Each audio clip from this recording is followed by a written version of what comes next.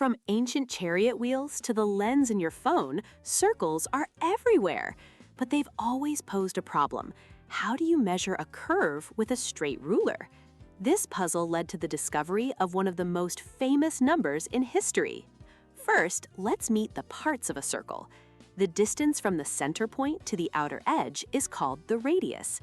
Think of a bicycle spoke. The distance all the way across, passing through the center, is the diameter.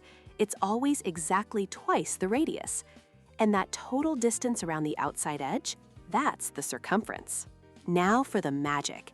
Imagine you take any circle, a coin, a dinner plate, a giant hula hoop, and you carefully measure its circumference. Then you measure its diameter.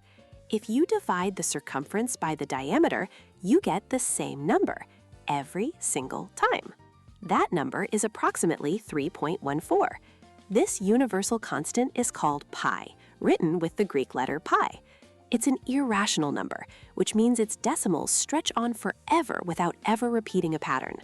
Pi tells us exactly how many times a circle's diameter can wrap around its own edge, just over 3 times. For everyday math, we often use the approximations 3.14 or the fraction 22 divided by 7. This discovery gives us a powerful formula. Circumference equals pi times diameter. Suddenly, ancient engineers could calculate exactly how far their chariot wheels would travel in one rotation. They could design perfect stone columns, all by knowing the straight line distance across. So, the next time you see a circle, remember the secret code hidden inside it. Pi is the unchanging bridge between its straight line diameter and its curved edge, a fundamental rule of the universe, true for a tiny button or a giant planet.